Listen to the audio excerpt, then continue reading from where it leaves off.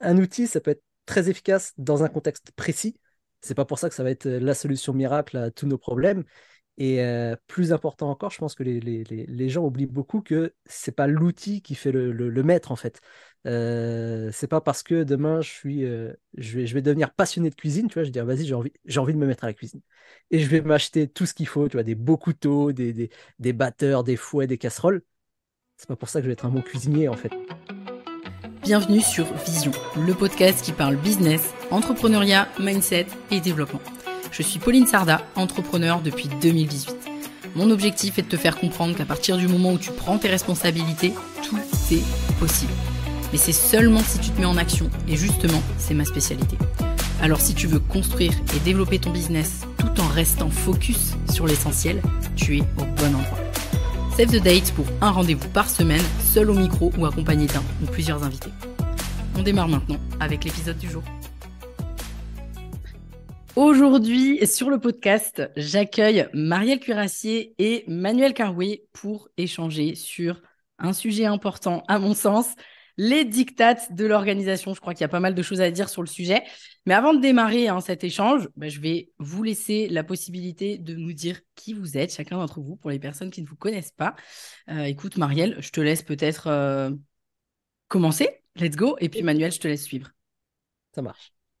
Ça marche. Trop contente d'être sur ton podcast, Pauline. Alors, je m'appelle Marielle et je suis... Alors, juste, je sais que là, en termes d'appellation, tu sais, coach, etc. Moi, j'ai choisi consultante, ça me convient.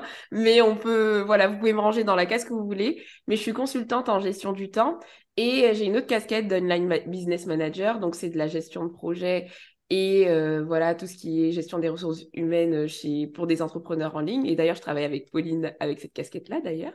Ouais. Et voilà, à travers mon podcast Et si on avançait, j'aide les entrepreneurs et les porteurs de projets à reprendre le contrôle de leur temps pour pouvoir justement avancer sur ce qui leur tient à cœur, mais de manière sereine, tu vois. Et moi, encore une fois, merci Pauline de m'avoir invité. Bonjour à tous. Un petit peu comme toi, Marielle, moi je me pose pas trop la question de la casquette. En général, je passe d'une casquette à l'autre, tour à tour formateur ou consultant. Moi, c'est plutôt en productivité personnelle et j'accompagne les entrepreneurs ou j'interviens en entreprise pour les aider à mettre en place une organisation, on va dire, à leur rythme, un petit peu plus zen et moins être justement dans ce fameux dictat de la productivité où il faut en faire toujours plus. Donc, j'ai toujours tendance à penser qu'on en fait au contraire de trop.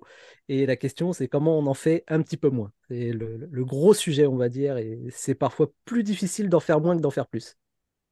Parfait pour bien introduire le sujet, parce que si aujourd'hui je nous ai réunis autour de ce sujet, c'est parce qu'en tout cas, moi, je trouve qu'il y a beaucoup trop d'entrepreneurs qui se noient dans justement les dictats d'organisation. Toi, Manuel, tu as dit les dictats de la productivité, en oubliant complètement de s'écouter. C'est un peu, j'ai l'impression que c'est une mode. C'est devenu une mode de, oh là là, qui sera le plus productif, qui sera, etc.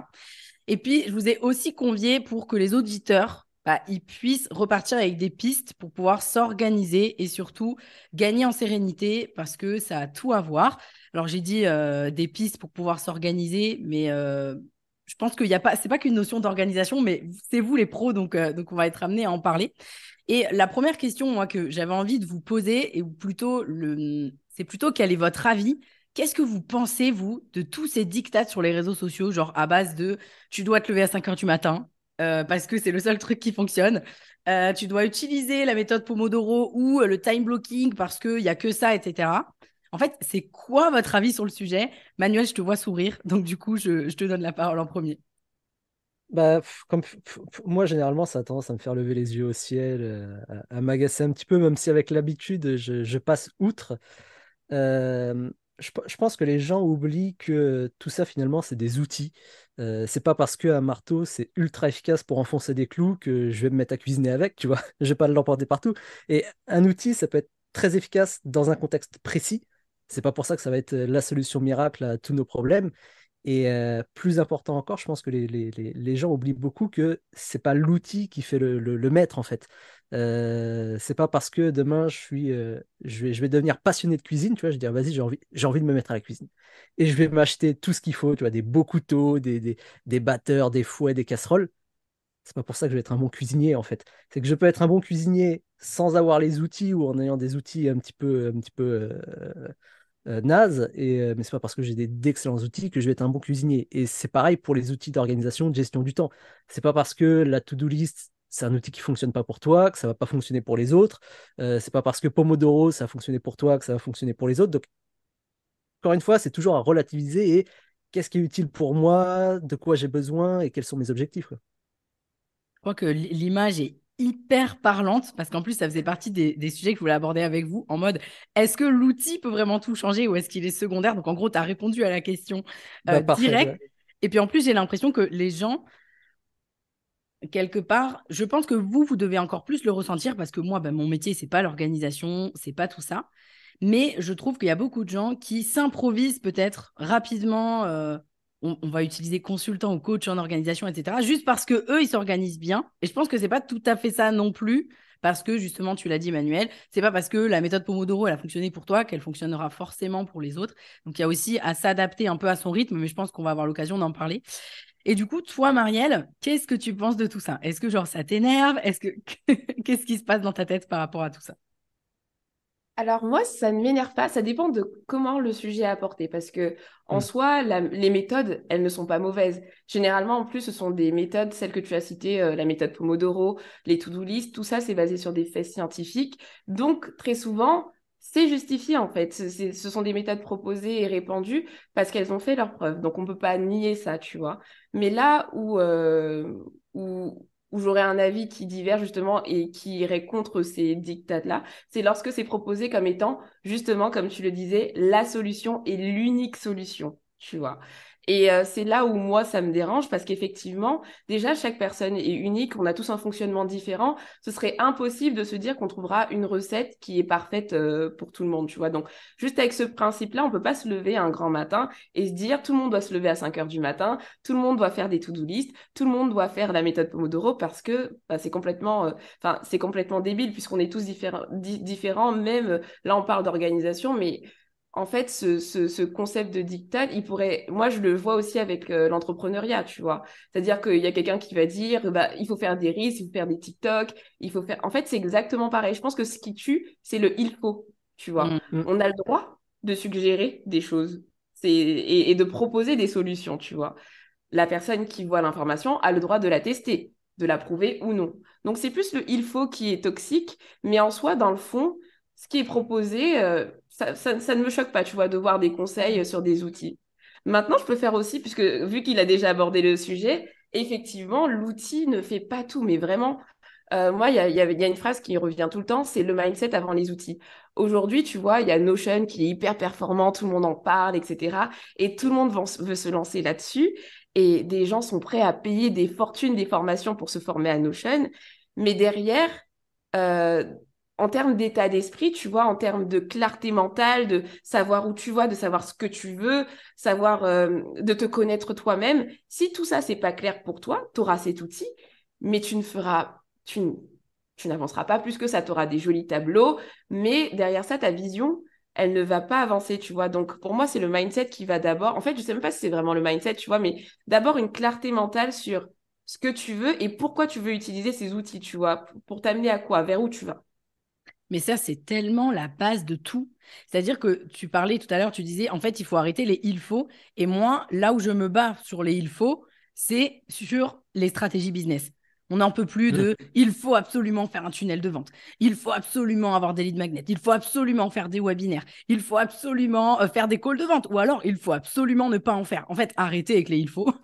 On s'arrête et surtout, on trouve quelque chose qui soit adapté à soi, à sa vision, parce que tu en parles aussi, et je pense que c'est hyper important, et enfin, beaucoup aussi en organisation, parce que je pense notamment, nous, nos membres sur le 3-6 qu'on accompagne à se développer davantage, à aller plus loin, etc., forcément, on leur fait travailler la vision parce que ça va leur permettre ensuite de poser le plan d'action et du coup de poser des rétro-plannings, etc. Donc au final, on se rapproche un petit peu de l'organisation, mais sans clarté, on n'avance pas et sans s'écouter, on n'avance pas. En tout cas, ça, c'est mon avis. Et du coup, bah, comment on fait, parce que je parle pour les gens qui nous écoutent, comment on fait alors pour euh, sortir de ces injonctions et finalement trouver, je vais l'appeler comme ça, mais c'est peut-être pas le bon mot, mais la méthode d'organisation qui fait sens pour soi? Comment on fait? On doit s'écouter? Est-ce que je sais qu'il y en a beaucoup qui parlent de le rythme, par exemple, on est plutôt du matin, plutôt de l'après-midi. Enfin, j'entends pas mal de choses là-dessus. Du coup, qu'est-ce que vous pourriez dire, vous, sur est-ce que vous êtes plutôt partisan de on teste plein de choses et on voit ce qui fonctionne, ou est-ce que vous êtes plutôt partisan de d'abord on apprend à se connaître finalement, et grâce au fait qu'on se connaisse davantage, on peut trouver plus vite ce qui fonctionne pour nous? Je sais pas, ma question était hyper longue, hein, je suis désolée. Mais de mon côté, je rebondis puisque je vois ce que tu veux dire et je pense que c'est les deux. Parce que à travers le test, tu apprends à te connaître aussi. Mais moi, l'erreur que je vois très souvent, c'est que tu me diras, Manuel, peut-être que c'est pas le même constat que tu fais, mais en fait, c'est que les gens ne testent pas très longtemps. Hmm. C'est-à-dire, j'ai testé, mais ça n'a pas fonctionné pour moi. Et quand tu creuses, mais t'as testé combien de fois? Ah ben la dernière fois, lundi matin, j'ai testé la méthode Pomodoro et tout, ça me convient pas. Ouais, lundi matin. Mais en fait, quand je parle de test, c'est de vraiment tester sur la durée, tu vois, pour savoir si un truc te convient ou pas. Donc, je séparais pas les deux options, tu vois, que tu proposes, parce que je pense que justement, tester, ça t'aide à te reconnaître. Après, il y a quand même des tests que tu peux faire pour voilà, des tests de personnalité ou alors des tests comme pour, par exemple, connaître son chronotype. Tu parlais du fait de savoir si tu es du matin ou pas. Ouais. Il y a pas mal de sites qui proposent des tests comme ça. Donc ça, ce sont des tests où on répond à des questions simples. Mais après, il y a pas mal de choses que c'est dans l'action que tu vas te rendre compte finalement que ça fonctionne ou que ça ne fonctionne pas. Et moi, j'aime bien me donner un vrai délai, tu vois, pour tester quelque chose et en faire une conclusion avant de me dire que ça ne me convient pas ou pas, tu vois. Non, non, je suis T'en penses, complètement d'accord Manuel? avec toi, ouais, ouais, sur toute la ligne. Effectivement, moi, je pense que c'est les deux en même temps, tu vois. Tu apprends à te connaître en même temps que tu testes. Tu sais, j'aime bien la phrase de Bruce Lee qui disait toujours que toute forme d'apprentissage, finalement, c'est une forme d'apprentissage de soi. C'est en apprenant des choses que tu apprends à te connaître. Et effectivement, c'est dans l'action, tu vois. Moi, par exemple, c'est en travaillant que je me suis rendu compte, en essayant de traquer un petit peu mon temps, à partir de quel moment de la journée j'étais plus ou moins concentré, ou à quel moment de la journée j'ai blackout, tu vois, j'étais plus là. Bah, c'est là que je me suis rendu compte que ouais, peut-être que vers 16 heures, ça sert à rien. Enfin, 16 heures, j'arrête de travailler, parce que passer 16 heures, mon cerveau il mouline dans le vide, donc ça sert à rien d'insister. Et tu vois, c'est en faisant des essais comme ça, en testant sur la durée, parce que effectivement, tu testes une technique de jours, tu peux pas savoir qu'elle est efficace. Et puis de toute façon, il faut même un petit peu de temps pour que toi, tu t'habitues à la technique. Donc il faut les deux en fait. Il faut tester des outils, puis il faut apprendre à se connaître parce que malgré tout, on est plus ou moins tous à quelques détails près, on fonctionne de la même façon. Il y a des grands principes. Tu vois, le cycle circadien, par exemple, qui grosso modo va te dire que le matin, tu es un petit peu plus concentré qu'en fin de journée. Ça, c'est, on va dire, universel pour la majorité des gens. Après, il y a quelques exceptions. Une fois que tu connais ces grands principes, après, toi, tu peux voir comment tu t'intègres dans ces principes. Ouais, complètement. Du coup, si moi, ce que je retiens là, de ce qu'on vient de se dire à ce sujet, c'est déjà en étant dans l'action. Alors ça, je survalide. Comment vous dire que je survalide? Ensuite, l'itération et la régularité, la constance dans les efforts. Mais franchement, là, tout ce qu'on vient de dire, mais c'est tellement applicable au business tout court. Non, mais enfin, moi, j'arrête pas de le dire aussi à nos clients où ils disent, bah, j'ai essayé. Ok, mais tu as essayé combien de temps? Est-ce que tu t'es posé un objectif? Est-ce que tu as suivi ce que ça donnait sur toi? Donc, j'imagine que pour l'organisation, c'est la même chose. C'est en mode, est-ce que tu as regardé comment tu te sentais peut-être après X temps, j'en sais rien. Enfin, j'imagine qu'il y a des capteurs comme ça ou des indicateurs qu'on peut mettre. Donc, être dans l'action, itération et constance, et puis apprendre, enfin en même temps ça va avec, mais apprendre à se connaître pour pouvoir Mm. trouver ce qui fonctionne pour nous. Est-ce qu'on peut dire que j'ai bien résumé? C'est bien résumé, mais effectivement, c'est des grands principes. De toute façon, je trouve qu'il y a des grands principes qui fonctionnent un peu pour tous les domaines, que ce soit dans le sport, que ce soit dans le business, que ce soit dans l'organisation. Tu sais, tu retrouves toujours les mêmes principes. C'est la constance, c'est dans l'action, faut tester. C'est toujours les mêmes choses et on est justement noyé dans tous ces dictats on est toujours dans cette quête de la technique magique, l'outil magique, la formule magique, que on oublie que les grands principes, bah, ils fonctionnent en fait, et c'est pour une raison, ils fonctionnent depuis que l'homme est homme, et ça a toujours été comme ça, tu vois. Complètement.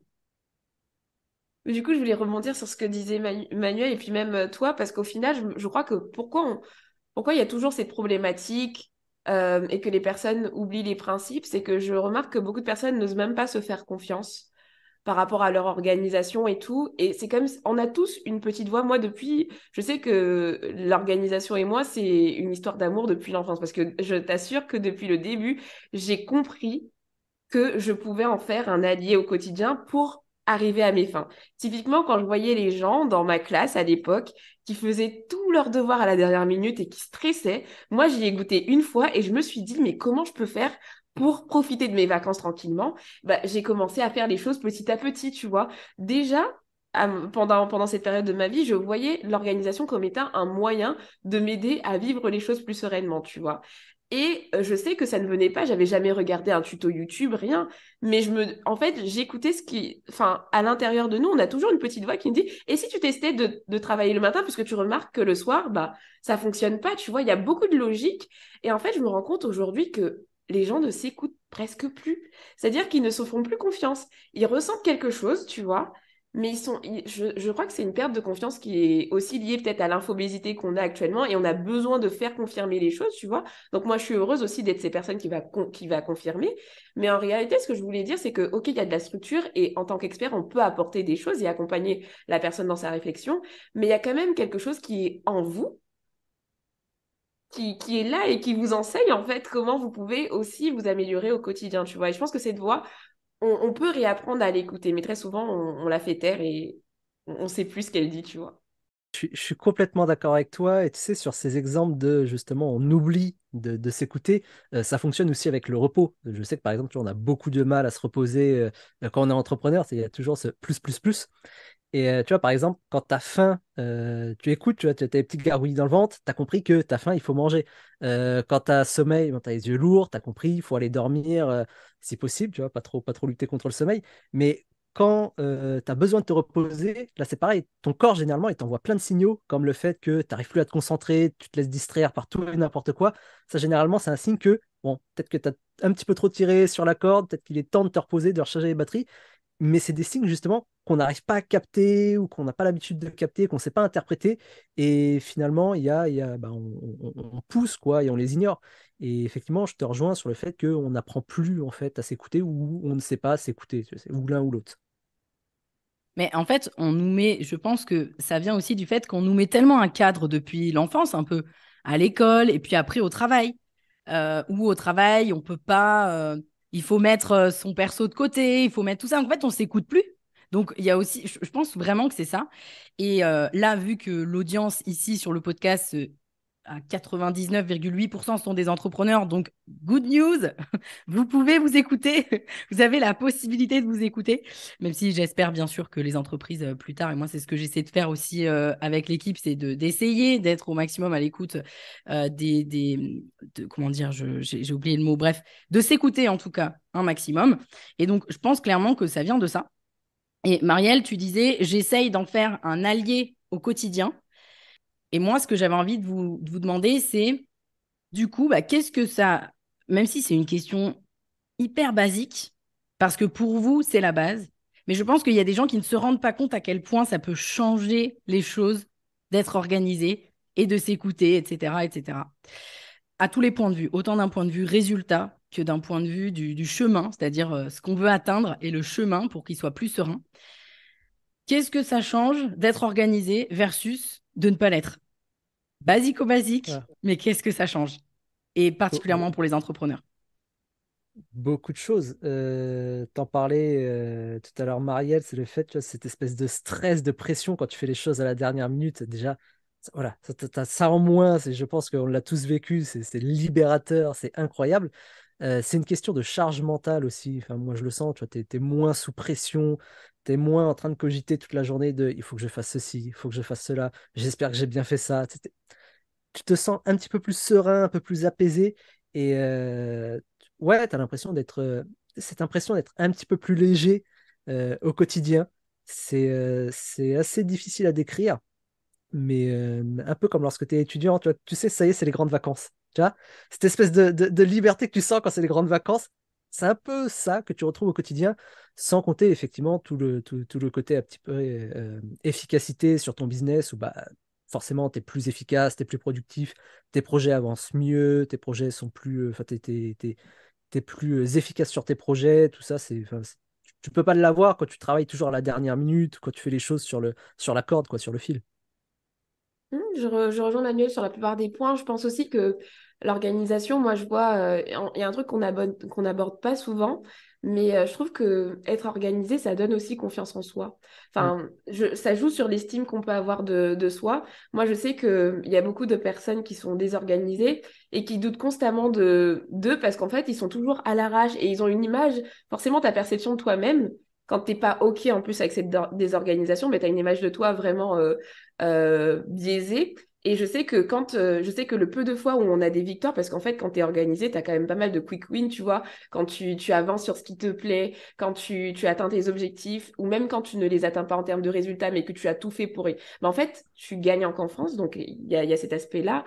Et il y a pas mal de choses, en fait, parce que la désorganisation, ça a un impact également sur les autres. Moi, je sais que je parlais de confiance en soi, mais je sais qu'aujourd'hui, grâce à l'organisation, je sais que je suis quelqu'un de fiable aux yeux de mes proches et pour aussi les professionnels qui m'entourent, tu vois. Et quand on est entrepreneur, ça a son intérêt, c'est-à-dire que quand on est freelance ou quel que soit, en fait, quand on donne sa parole, quand on donne son oui, mais très souvent, quand on arrive à avoir une certaine organisation au quotidien, on tient mieux, si tu veux, ses promesses. Et je trouve que ça joue également. Donc, je vais pas en dire plus parce que je trouve que Manuel a pas mal abordé le sujet. Mais voilà, je voulais rajouter l'estime de soi quand même et la confiance qu'on peut avoir, enfin, l'aspect confiance qu'on peut avoir auprès des autres. Je trouve que c'est assez pertinent. Après, il y a des personnes qui vivent très bien sans organisation. Il y a des personnes qui le disent haut et fort, mais quand on creuse, je vous assure qu'à un moment donné, en fait, je pense que ces personnes qui disent que c'est mieux la vie pas organisée, c'est parce qu'ils n'ont pas une belle vision de l'organisation, qu'ils voient l'organisation justement comme étant une contrainte. Mais si tu shifts sur ta vision de l'organisation et que tu la vois comme étant un outil qui peut même t'aider à kiffer ta life, puisqu'en vrai, l'organisation, t'en fais ce que tu veux. Tu peux même t'organiser pour chiller toute ta vie, tu peux t'organiser pour avancer dans ton business, tu peux t'organiser pour... En fait, derrière le pour, tu mets ce que tu veux. Et quand tu réalises ça, ben, en soi, l'organisation, elle est contre personne. Parce que t'en fais ce que tu veux. Tu vois, c'est censé t'aider. Donc, Moi j'ai envie de rebondir aussi quand tu dis enfin, les gens qui sont fiers de ne pas avoir d'organisation. Pareil, quand tu creuses, moi j'ai remarqué que en réalité, ils ont une organisation, des routines, des habitudes, mais ils s'en rendent pas compte parce que c'est des routines ou des organisations qui sont pour eux tellement normales parce qu'ils font ça bah, depuis qu'ils sont gamins, tu vois, que ils se rendent même pas compte qu'en fait, ils ont déjà des cadres, des habitudes, des routines qu'ils suivent et ils les oublient totalement. Et pour eux, je dis, bah non, je suis pas organisé. Enfin, je vis ma vie un petit peu comme je le souhaite. Et quand tu creuses, non, tu es juste réglé comme du papier à musique, mais tu t'en rends pas compte, quoi. mm, Mais clairement, j'avoue, quand je regarde bien, il y a tellement de gens autour de moi qui sont comme ça, qui disent, ouais, non, moi, je suis pas organisée et tout. Puis en fait, mais si, complètement, quoi. Et si je peux rajouter un peu pour la partie dark side, je disais, c'est quoi le côté néfaste de ne pas être organisé? Moi, il y a un truc que je peux dire et qui est hyper important, c'est que si vous n'êtes pas organisé, vous n'avez aucune possibilité de pouvoir anticiper les choses parce que vous avez le nez face au mur, il est à 10 millimètres de vous, alors que s'il était à 10 centimètres, vous y verriez plus clair et vous auriez l'espace pour faire des changements. Je parle aussi dans la stratégie. C'est quelque chose qu'on accompagne beaucoup aussi nos clients sur le 3-6 et où ils nous disent, non mais c'est incroyable, maintenant je sais comment réagir. Bah ouais, mais en fait, euh, pour savoir comment réagir, encore faut-il avoir le temps de réagir et d'avoir les indicateurs pour réagir. Bref, je voulais faire le crochet là-dessus. Et moi, j'avais envie de vous poser la question, même si on a parlé tout à l'heure, enfin, j'ai dit, voilà, par exemple, on parlait de la méthode Pomodoro. Bon, bah, c'est un truc qui va marcher avec certains, qui va pas marcher avec d'autres. J'ai quand même envie de savoir, moi, par curiosité, mais je suis sûre que les auditeurs seront aussi heureux de savoir ça. S'il devait y avoir un concept d'organisation que vous utilisez dans votre quotidien d'entrepreneur et dans l'organisation, qui marche pour vous et que ou vous aimeriez recommander ou alors nous dire bah, qu'est-ce que ça vous apporte. Je sais toi Manuel, mais si on peut pas parler vraiment de concept, mais qu'il y a la sieste, mais la sieste, je sais pas Toujours. si on notre peut dire. influenceur sieste. Exactement. Pour les personnes qui ne connaissent pas Manuel, suivez-le sur Instagram. Je mettrai le compte en barre d'infos. Mais voilà, la sieste Emmanuel, c'est une histoire d'amour. S'il y a un truc que je n'enlèverai jamais à ma routine d'organisation, c'est celle de tous les jours choisir un focus, une tâche, un truc. Alors, pas tous les jours, parce qu'il y a des jours où je me repose, je vous rassure. Mais en tout cas, si c'est un jour où j'ai prévu de travailler, moi, j'ai pas trois priorités, encore plus maintenant que j'ai un enfant et que je le garde avec moi. En fait, j'identifie toujours une tâche et pas la tâche, pas n'importe quelle tâche, en fait. Très, très souvent, c'est une tâche qui est liée à mon gros objectif du moment, tu vois. Et c'est, voilà, une fois que j'ai fait cette tâche-là, je sais que ma journée, peu importe ce qui se passe, elle est réussie. Enfin, ça ne veut pas dire que si je ne la fais pas pour une raison X ou Y, elle n'est pas réussie. Mais en fait, je pense que c'est ce processus de se dire, OK, j'ai une nouvelle journée devant moi. Qu'est-ce que je peux faire pour avancer sur mon focus du moment? Mais vraiment quelque chose de lourd, tu vois, le 80-20. Genre, pas la petite tâche que je vais faire pour procrastiner, par peur. Voilà, une tâche qui me challenge, une tâche qui va m'apporter des résultats et une tâche vraiment qui pèse lourd, tu vois. Et ça, pour moi, c'est le gros levier qui me fait avancer à chaque fois. Parce que si tous les matins, tu te réveilles et que tu te demandes ça, finalement, chaque jour, tu as aligné un pas de ouf vers ton objectif du moment, tu vois. Et moi, c'est comme ça que j'avance. Et comme en plus, mon concept, c'est Et si on avançait, c'est ce conseil-là que je voulais partager. Du coup. Complètement. Est-ce que je peux juste faire un crochet sur un concept qui est le 80-20, qui est hyper connu, mais il y a énormément d'entrepreneurs qui, ne savent pas comment l'appliquer et surtout ne savent pas réellement ce que ça veut dire. Est-ce que, Marielle, peut-être tu peux expliquer en une phrase ou deux, c'est quoi le 80-20, le concept du Une 80-20? phrase ou deux, gros challenge, Mais tu si vois. tu peux. Mais en fait, pour faire simple, moi, je sais que pour identifier la tâche 80-20, tout se joue dans la question, en fait, à se poser. C'est par rapport à l'impact de la tâche, tu vois. Par exemple, tu vas avoir deux tâches face à toi, elles ne vont pas avoir les mêmes conséquences. Ne pas envoyer un devis à un client potentiel n'a pas la même conséquence que publier ta story Instagram. Tu vois ce que je veux dire? Et déjà, tu fais le tri en te demandant quelles conséquences j'ai à ne pas faire cette action. Et très souvent aussi, les tâches 80-20, et ça c'est plutôt personnel, mais je sais que ça se reproduit chez beaucoup de personnes, c'est que ce sont des tâches qui font un peu peur parce enfin, ce sont pas des tâches confortables, tu vois. Je sais pas, faire l'effort de faire une story de vente ou travailler sur une nouvelle formation en ligne, tu vois, des trucs qui te font vraiment sortir de ta zone de confort et où tu sais où derrière, tu auras un impact ou un résultat. Donc, si je devais dire simplement, je vais pas rentrer dans le détail du concept, mais si on veut être dans du 80-20, il faut questionner l'impact et les conséquences de ces tâches, en fait. Et comme ça, tu vois directement là où tu essayes de procrastiner juste pour t'occuper versus là où tu sais que tu avances sur quelque chose qui t'apportera des résultats, tu vois. En gros, demandez-vous quelle est l'action. Ça revient un peu à ce que tu disais, ou toi, comment tu fonctionnes sur tes journées. Demandez-vous, c'est quoi l'action qui va rapporter 80% de vos résultats aujourd'hui ou voilà, c'est comme ça, c'est résumé. Donc, merci beaucoup, Marielle. Et toi, Manuel, du coup, c'est quoi ton concept un peu? Alors, hormis la sieste, donc, reste très utile, très efficace, je pense que c'est un outil à implémenter dans ses journées. Non, plus énergie. Alors, j'ai la même habitude que Marielle, et j'en ai une autre, c'est que ça a été assez radical également quand je l'ai mis en place. Ça consiste à se mettre une heure de fin de journée, c'est-à-dire de fin de travail en fait. C'est-à-dire à telle heure, j'arrête de travailler quoi qu'il arrive. Peu importe si j'ai enfin fait boucler toute ma to-do list ou non, à cette heure-là, j'arrête de travailler parce que ça sert plus à rien entre guillemets, mais j'ai aussi besoin de moments pour moi pour recharger mes batteries. Ça a été ultra efficace parce que moi j'avais l'habitude je poussais en fait. Enfin, tant que j'avais pas fini de travailler, tant que j'avais pas fait tout ce qui est sur ma to-do list, je continuais. Et je pouvais continuer comme ça jusqu'à tard le soir, je pouvais continuer comme ça les samedis, les dimanches. Enfin, tu t'arrêtes jamais finalement de travailler parce que tu as toujours des choses à faire. Et bah, après, tu t'enfermes dans un cercle vicieux où tu termines ta journée, tu es crevé. La journée du lendemain, elle commence, tu es déjà crevé de la veille. Tu es toujours fatigué, tu es toujours, comme tu dis, tu as toujours la tête dans le guidon, tu es à 1 millimètre du mur. C'est toujours une espèce de course en avant. Alors que se dire, bah écoute, à partir de, je sais pas, alors là, chacun, ça peut être 16 heures, ça peut être 17 heures, 18 heures, 19 heures, peu importe, mais se dire, à cette heure-là, j'arrête de travailler quoi qu'il arrive, et après, c'est que du temps pour moi. C'est du temps où je vais pouvoir recharger mes batteries, je vais pouvoir lire, je vais pouvoir m'amuser, peu importe, mais c'est du temps pour moi. Bah, ça permet de commencer la journée suivante en forme, en fait, tout simplement, et de pouvoir être plus efficace. Parce que bah, quand tu es en forme, enfin, moins tu es fatigué, moins tu te laisses distraire, moins tu as tendance à procrastiner, plus tu es capable de prendre de bonnes décisions. Donc, il n'y a que des effets positifs à être en forme. Mais pour être en forme, encore faut-il justement se laisser le temps d'avoir des moments pour soi. Et ça t'oblige même à être efficace dans ta journée.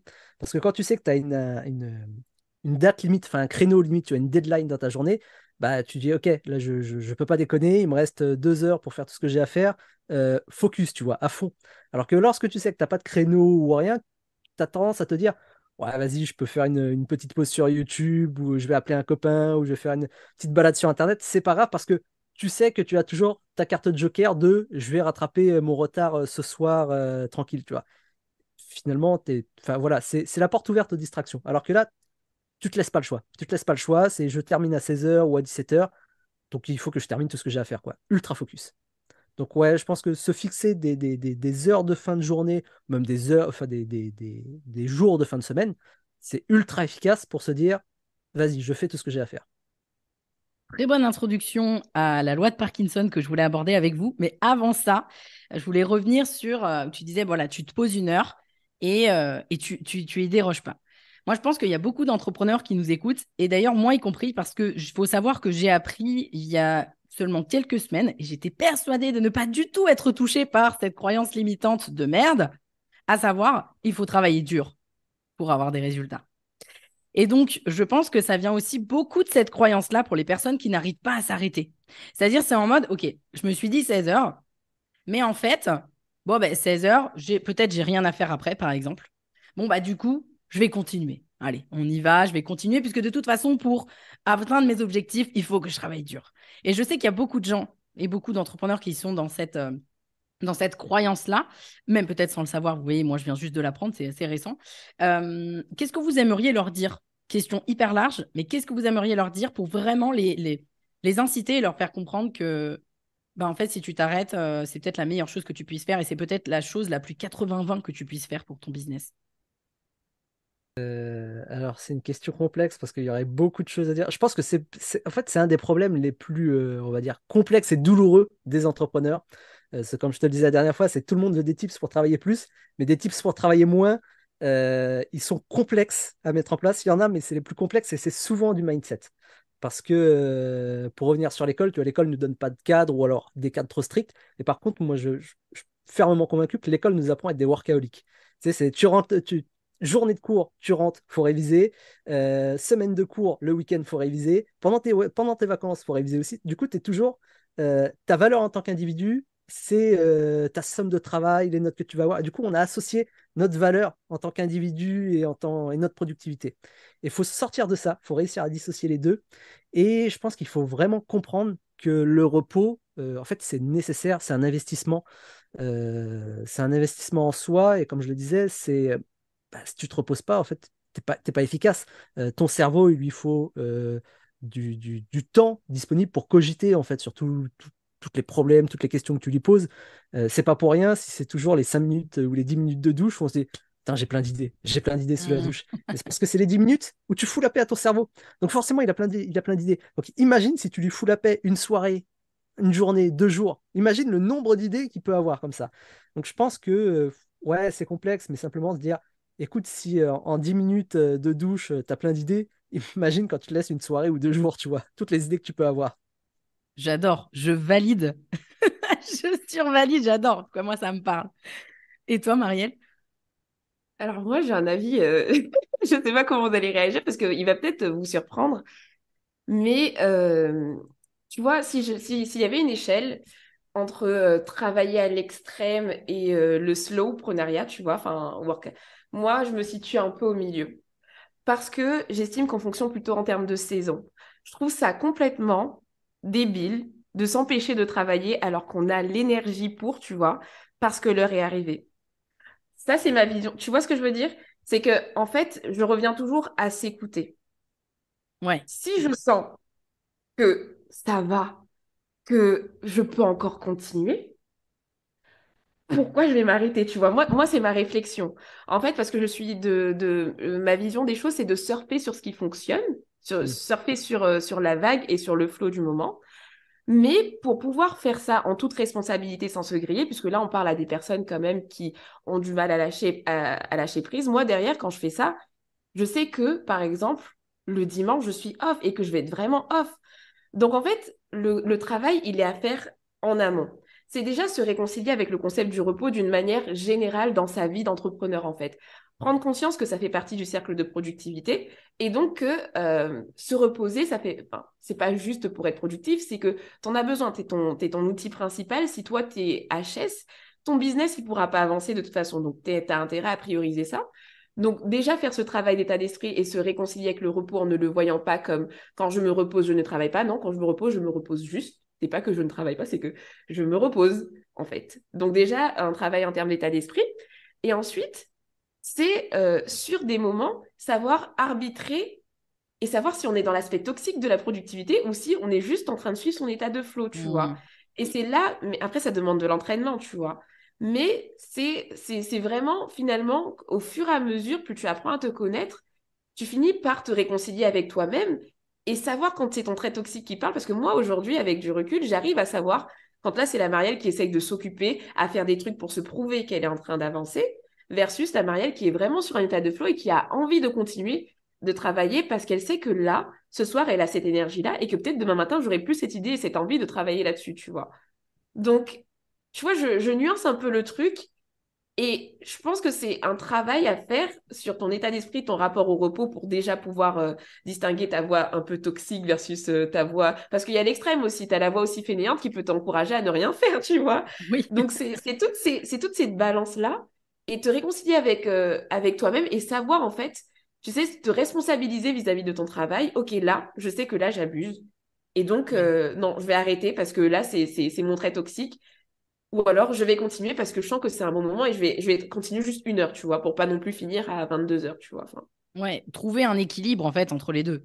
C'est-à-dire à la fois ce qu'a dit Manuel, mais à la fois savoir s'écouter et même pouvoir se dire, j'imagine que c'est ça aussi, pouvoir se dire si à 13h30, bah là, j'arrive plus à taffer, je m'arrête pour aujourd'hui. Je pense que c'est ça un peu l'idée. Mm. C'est se fixer exactement. sur un truc, mais si vraiment je sens que là, j'y arrive plus, moi typiquement, il y a un truc, gros warning que j'ai chez moi, quand je sais que vraiment il faut que je m'arrête, c'est quand, mais je pense qu'il y en a beaucoup qui nous écoutent, qui vont sourire en écoutant ça et qui font la même chose que moi. C'est-à-dire que c'est le moment où vous êtes devant votre ordi et là, vous ne faites absolument plus rien de productif. C'est-à-dire que vous êtes là en train de regarder des notifs, les emails, les machins, et puis vous faites rien, quoi. Mais quand je dis rien, rien, et puis vous pouvez faire ça pendant 1 heure et demie, hein, tranquille, pépouze. Mais non, en fait, stop, on s'arrête là tout de suite. Et moi, je sais que ça, c'est mon warning. Donc j'imagine que c'est un peu ça l'idée, trouver un équilibre entre les deux et s'écouter. Ouais, c'est exactement ça, trouver un équilibre entre les deux. Parce que, d'ailleurs, tu vois, moi aujourd'hui, maintenant que je suis maman, typiquement, le conseil, moi je le Mm. faisais ça, mais je peux plus, tu vois, clairement, me fixer 1 heure de faim. Parce que c'est quand je Oui, peux, en c'est fait. quand j'ai l'opportunité, tu vois. Et c'est pour ça que l'organisation, ou même peu importe tous les conseils que vous pouvez voir, toujours les remettre dans votre contexte. Toujours les remettre dans votre contexte parce qu'on n'a pas les mêmes contextes, pas les mêmes façons de fonctionner, ou même parfois on est obligé de subir un contexte qu'on, enfin, tu vois, par exemple, moi, mon fils, c'est pas enfin, c'est un contexte que j'ai choisi entre guillemets, mais je peux pas gérer son temps, tu vois, c'est lui qui gère son truc. Et typiquement, tu vois, je dois m'adapter, donc toujours remettre dans un contexte. Mais c'est exactement ça, trouver l'équilibre entre les deux. Et c'est ce qu'on disait au début, c'est que chaque outil, il va fonctionner pour une personne et il va pas fonctionner pour une autre en fait. C'est trouve l'outil qui fonctionne pour toi, apprends à te connaître parce que effectivement, comme tu le dis, moi ça fonctionne pour moi, ce célibataire sans enfant. Je pense que le jour où j'ai des enfants, une conjointe et autres, qui clairement vont avoir leur propre emploi du temps et qui vont peut-être même essayer de m'imposer le leur, à un moment, je vais pas lui dire arrête de pleurer, enfin, je vais pas dire à mon enfant de 3 ans arrête de pleurer, je m'occuperai de toi dans 1 heure, j'ai un bloc de temps pour toi, tu vois. C'est seulement à ce moment-là. Donc, Si patiente un peu. seulement c'était possible. Voilà, tu peux pas. Donc, effectivement, tous les outils, ils sont à utiliser et à adapter à soi, comme tu le dis, à son contexte et autres. Et tu peux pas arriver et dire, bah écoute, ça fonctionne pour Marielle ou ça a fonctionné pour Manu, bah, il n'y a pas de raison que ça fonctionne pas pour moi. Bah si, en fait, il y a plein de raisons pour que ça fonctionne pas pour toi. Et Exactement. l'idée, c'est justement prends le recul teste l'un, teste l'autre, regarde ce qui fonctionne, et peut-être qu'un outil qui fonctionne pour toi aujourd'hui, il fonctionnera plus demain, en fait. Mm. Et il y a un truc que j'ai pas développé aussi dans ce que je partageais, donc il y a cet équilibre, mais aussi les saisons. Typiquement, moi, Mm. avant de lancer une formation, je travaille plus qu'une période où je ne lance pas de formation, tu vois. Et pendant mes périodes de lancement, on pourrait croire que je suis une workaholic, mais derrière, il y a des semaines parfois où je travaille 2 jours par semaine. Et en fait, il faut un peu revoir un peu sa vision du travail, tu vois, et accepter aussi les variations. Tu Mm. vois, parce que rien n'est figé, en fait. En fait, moi, je vois l'organisation, tu vois, on voit pas mes mouvements, mais je suis en train de me mouvoir comme ça. En fait, c'est vraiment ça. Il y a rien qui est vraiment figé. Et il faut prendre en compte aussi la charge de travail de son entreprise. Il y a des périodes où chez Step 22, puisque je bosse avec toi, où clairement, je sais que tu vas bosser, tu vas avoir des journées plus chargées que Ouais, d'autres. C'est normal exactement. par rapport à l'histoire au calendrier de l'entreprise, tu vois, et c'est complètement OK. Je pense que notre responsabilité, c'est de se dire, OK, après cette période, par contre, intentionnellement, je me pose des choses. Et pareil, comme on va faire le lancement, par exemple, du prochain 3-6, on s'est dit que dans notre calendrier, on prévoit des pauses intentionnellement parce qu'on sait que ça va être chargé. Et donc, il y aura des jours où on va se faire des moments off, etc. parce qu'on sait que ça va être une période lourde, tu vois. Donc, c'est prendre le contrôle du truc. Et justement, quand on est dans l'anticipation et dans l'organisation, ça permet ça aussi, justement. D'être dans le rush, peut-être, parce qu'on a un gros programme qui arrive, mais de quand même se reposer parce on a anticipé les choses. En fait, Et- il faut que ça reste flexible. Mm. Tout à fait. Et d'où le mot, comme on dit, tu sais, on parle de rythme, c'est comme en musique, tu vois, en musique, tu as des temps de pause, tu as des temps rapides, tu as des temps plus lents, et c'est ce qui fait que la musique est belle, en fait, que la mélodie est belle. Nous, c'est pareil, en fait, on C'est doit avoir des moments, beau. il y a des moments dans la vie, dans nos vies, en fait, où bah là, ça va être un temps fort, ça va être un temps un petit peu plus lent, là, ça va être un temps de pause. C'est aussi ce qui fait la mélodie, tu vois, d'où, je pense, vraiment, quand on parle de rythme, trouver son rythme, c'est aussi ça, c'est savoir à quel moment on doit ralentir, à quel moment on doit mettre un petit coup de pression, à quel moment.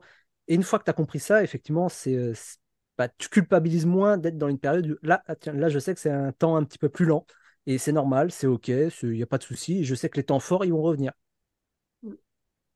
Ouais, complètement. Et puis, je rebondis là-dessus. Il y a aussi, on parle beaucoup là des injonctions en mode, faut être plus productif, faut travailler plus, il faut faire ci, il faut faire ça. Mais je trouve qu'aujourd'hui, il y a aussi l'injonction inverse. En mode, limite, t'es montré du doigt quand tu travailles beaucoup, potentiellement.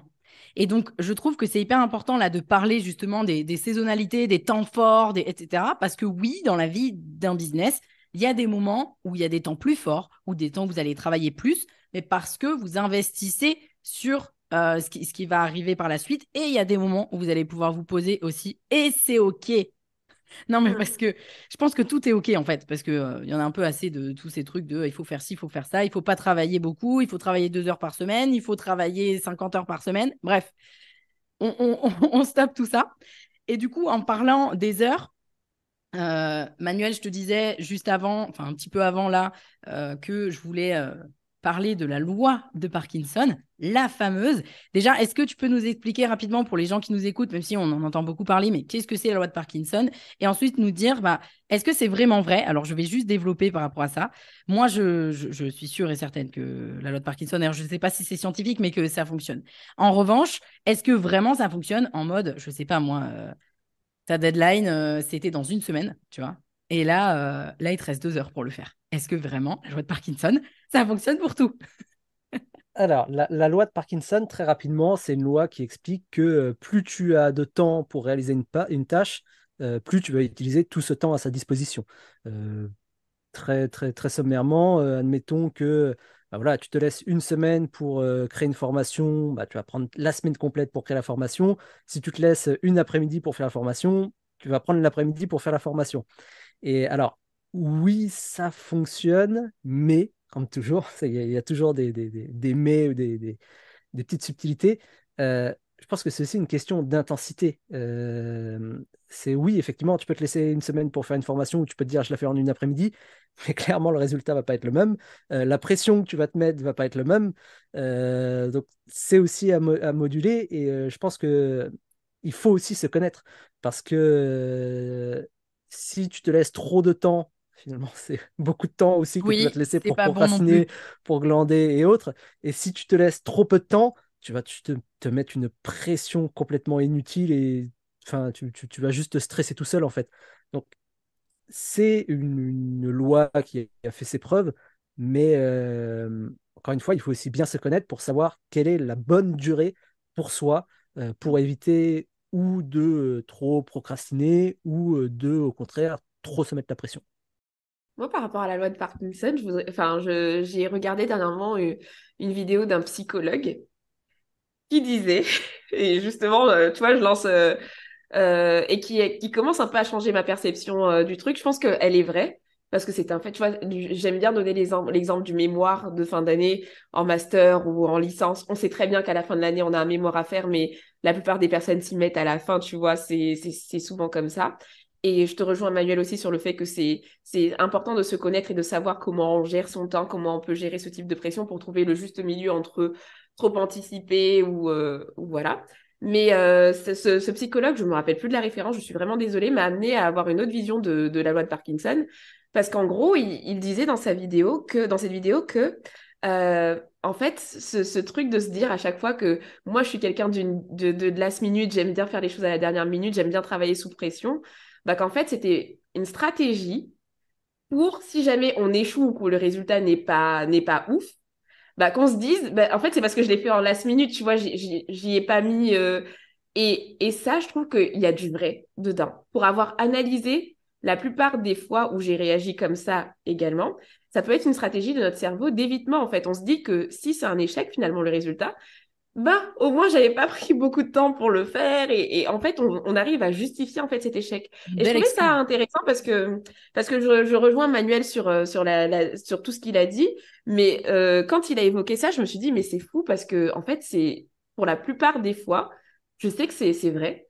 C'est vrai que quand je le fais à l'arrache, ben si jamais c'est pas un succès fou, bah je me dis bah c'est parce que enfin c'est une des excuses que je vais sortir, tu vois. Donc c'était pour vous apporter une vision différente de cette loi de Parkinson, qui est vraie, c'est une stratégie d'évitement. Donc, je pense que le gros challenge, c'est de trouver ce juste milieu. Et moi, je sais que, bah, on en parlait au début, le but, c'est de vraiment tester et apprendre à se connaître. Parce que typiquement, moi, je sais que des fois, je me mets des deadlines dans l'année et d'un coup, je les rapproche parce que je sens que je vais, que si je laisse à cette deadline-là, c'est de la procrastination active en fait. Pourquoi je l'ai mise à cette date-là? Et tu le sais, quand je travaille avec toi, avec ma gestion, parce que j'ai une carrière en fait en gestion des risques, j'étais dans la gestion des risques, et j'ai tendance à tout le temps mettre les deadlines vraiment à très loin pour être sûre de pouvoir les tenir et bien les faire. Sauf que je sais que c'est une façon pour moi aussi de laisser traîner les choses et de ne pas me confronter à la réalité. Et comme je connais cette part de moi, ben, j'ai tendance à rapprocher de bien 3 semaines parce que je sais que je suis comme ça. Mais ça, c'est parce que je me connais, donc très important de se connaître aussi. Encore une fois, on y Après, revient. pour le coup, nous, chez Step 22, ça nous convient très bien puisque j'ai besoin moi aussi d'avoir On se complète bien. cette anticipation, etc. Donc, ce qui fait qu'encore une fois, on parlait de, et ça marche aussi pour fonctionner avec ses équipes ou quoi, ou qu'est-ce, ou avec quelqu'un avec qui vous collaborez. Trouver aussi un match entre vous deux qui fonctionne. Parce que là, du coup, je rebondis là-dessus, d'organisation. C'est hyper important. Mais ouais, ce truc de fonctionner sous pression, je l'ai beaucoup entendu et j'ai entendu, je ne sais pas qui est cette psychologue, mais je l'ai entendu aussi. Et oui, clairement, quand on y pense, il y a, mais en plus, il y a tellement de gens qu'on entend dire ça. Non, mais je fonctionne mieux sous pression.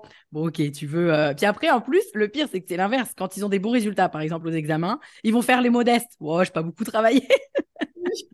Voilà, c'est Moi, ça.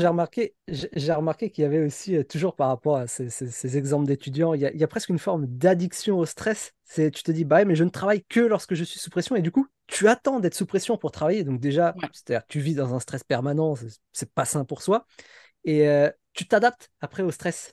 Parce que moi j'ai vécu une période comme ça quand tu étais étudiant en fac de droit, où tu te dis, déjà, travailler sur ton rapport juste le week-end d'avant, c'était la pression.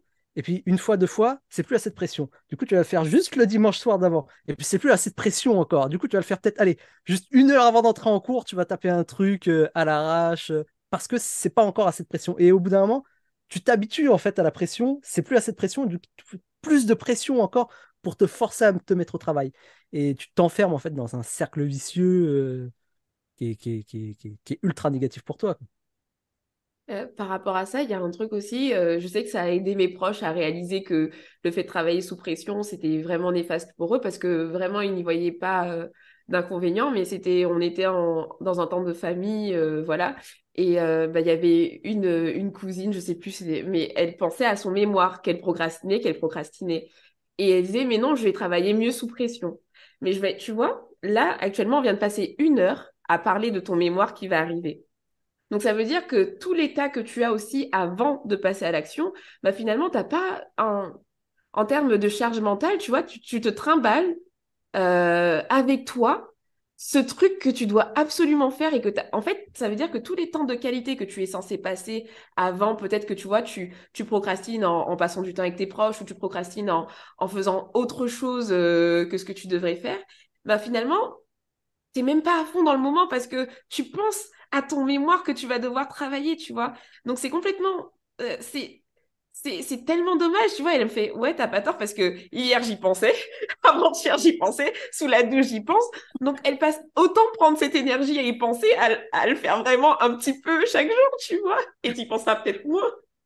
Bref, c'était, tu sais, la parenthèse, parce que des fois, tu te dis, tu travailles sous pression, mais en fait, cette pression, elle n'est pas juste à la fin, finalement. Tu la Mm, trimbales juste, elle est diluée, mais tu la trimbales tout au long, tant que tu n'avances pas, mm, mm. voilà, sur le truc. Et c'est pour ça que la méthode des petits pas, c'est le mieux, en fait. On le rabâche tout le temps, mais c'est vraiment le mieux. Chaque jour, tu as la satisfaction d'avancer un petit peu, et même si tu en laisses beaucoup pour la fin, mais tu as quand même cette satisfaction, ouais, j'ai quand même avancé là-dessus, tu vois. Et ça fait la différence. Du coup, ne faites pas ça chez vous. C'est ça qu'il faut retenir. Et d'ailleurs, tu parles de... En fait, finalement, c'est un peu cette charge mentale qui vient s'accumuler dans ton esprit, etc. Moi, je sais que ça, c'est gros warning. Moi, dès que je peux sortir la charge mentale, que je peux l'enlever, je le fais. Donc, moi, j'ai plutôt tendance à faire l'inverse, prendre beaucoup d'avance. Bon, tu vois, il faut trouver un Mhm. équilibre entre les deux. Mais du coup, c'est hyper parlant.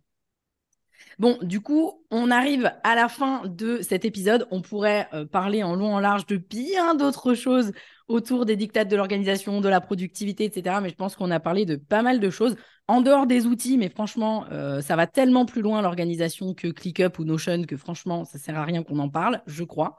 Et la question que j'avais envie de vous poser, c'est celle que j'aime bien poser à la fin de chaque épisode table ronde, c'est est-ce que vous auriez une question ou une action que vous aimeriez suggérer aux personnes qui nous écoutent pour, euh, pour actionner un premier changement, soit pour des gens qui sont déjà bien organisés, mais qui veulent l'être peut-être davantage, soit pour des gens qui ne le sont pas du tout.